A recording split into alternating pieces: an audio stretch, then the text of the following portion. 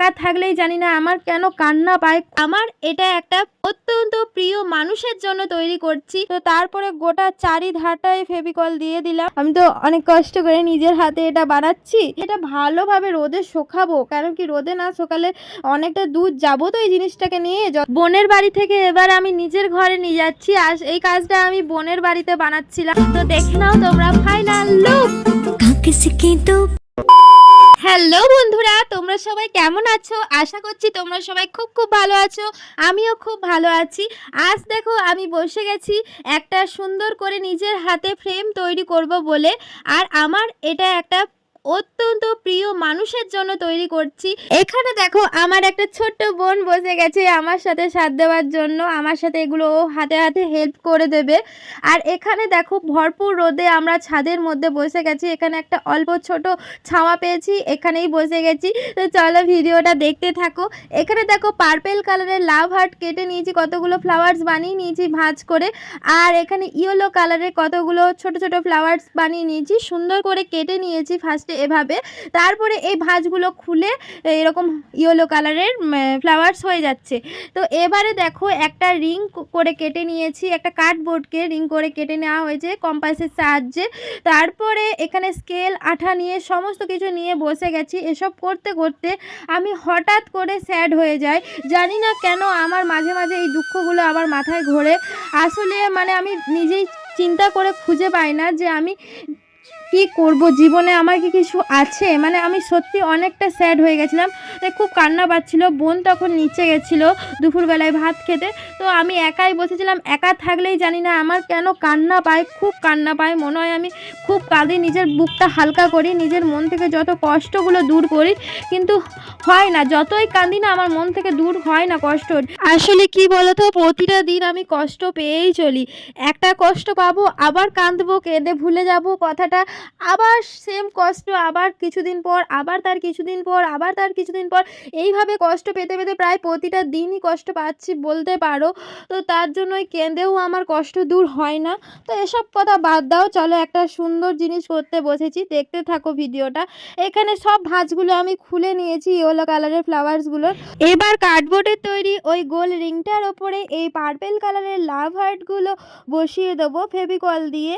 তো ভালোভাবে ফেভিকলটা চারিধারে দেখো আমি রিংটার ওপর দিয়ে দেবো। আগে একটা বসিয়ে দেখছি এই আঠা দিয়ে চিটছে কিনা, জানি না ফেভিকল দিয়ে কতটা কি চিটবে।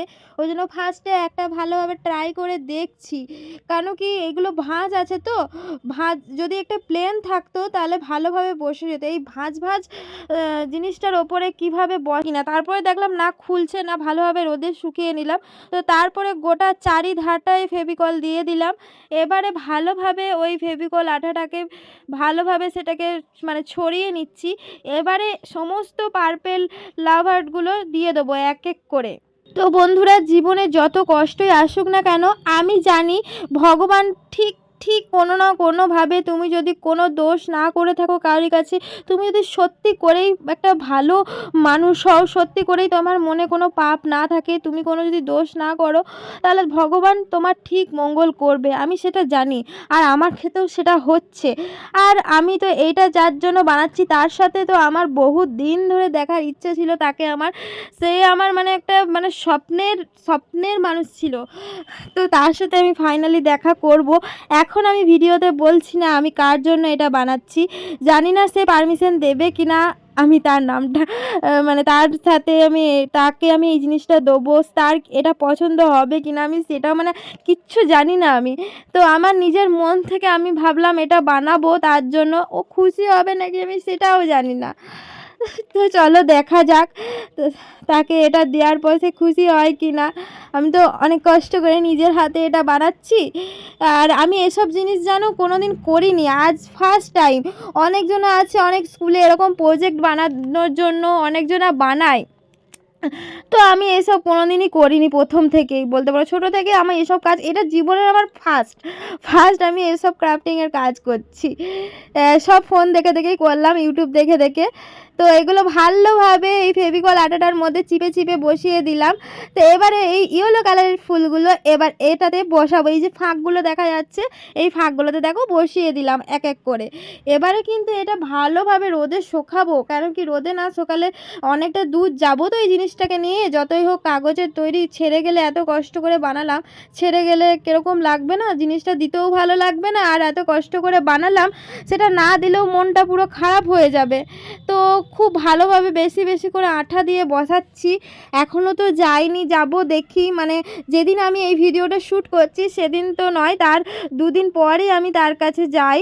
তো জানি না তার পছন্দ হবে কি না, আমি তো তার আগেই ভয়েস ওভার দিচ্ছি।